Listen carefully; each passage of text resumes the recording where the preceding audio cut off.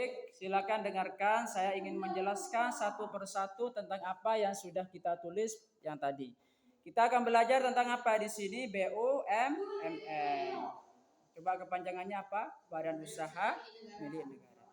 Tapi definisi secara detailnya, BUMN adalah badan usaha yang sebagian atau seluruh modalnya dimiliki oleh negara. Jadi kalau kena badan usaha milik negara itu seluruh atau sebagian modalnya dimiliki oleh negara melalui penyertaan langsung, ya penyertaan modal langsung. Jadi negara itu karena yang membiayai BUMN semuanya melalui penyertaan langsung dari kekayaan negara yang dipisahkan. Jadi seperti itu. Disingkat apa itu? BUM, Badan Usaha Milik Negara. Yang punya itu negara, yang punya modalnya itu seluruhnya atau sebagian modalnya itu negara. Silakan lanjut dulu.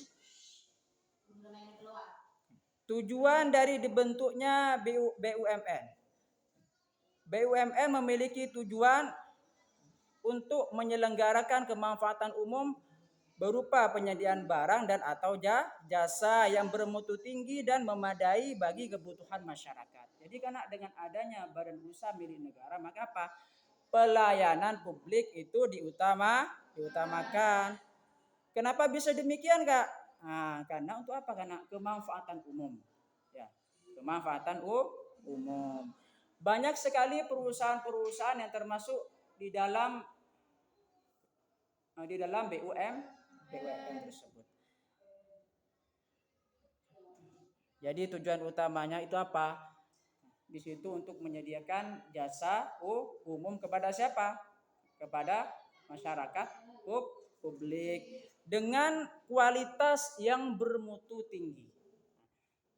Jadi jasa atau produknya itu yang berkualitas tinggi. Ini salah satu contohnya. Apa kualitas tinggi itu maksudnya gimana?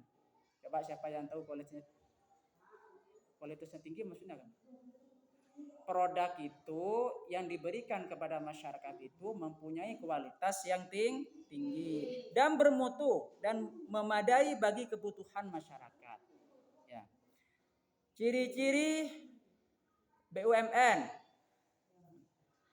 Satu, kekuatan dipegang oleh pemerintah. Jadi kesemuanya itu BUMN itu dipegang oleh siapa? Oleh pemerintah.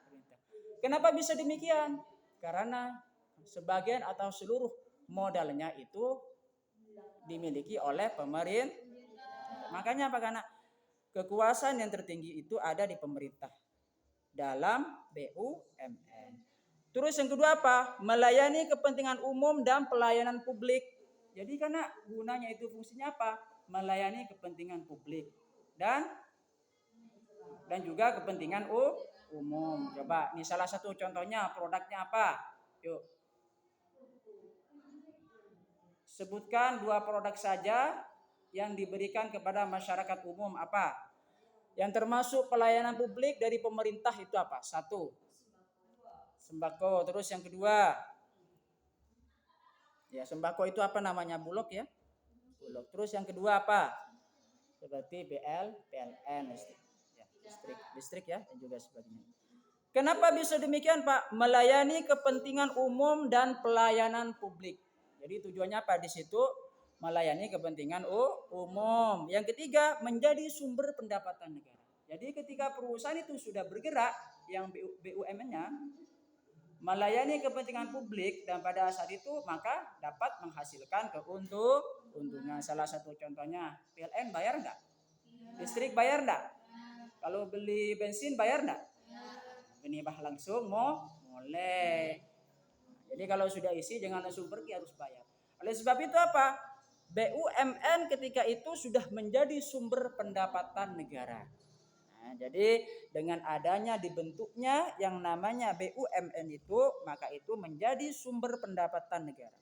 Yang keempat, ciri-ciri yang keempat, semua risiko ditanggung oleh pemerintah. Kenapa bisa demikian, Pak? Coba risiko itu apa? Maksudnya risiko apa? Kerugian. Semua risiko ditanggung oleh pemerintah. Jadi salah satu contohnya itu risiko kerugian. Maka yang menanggung semuanya pemerintah. Kenapa bisa demikian?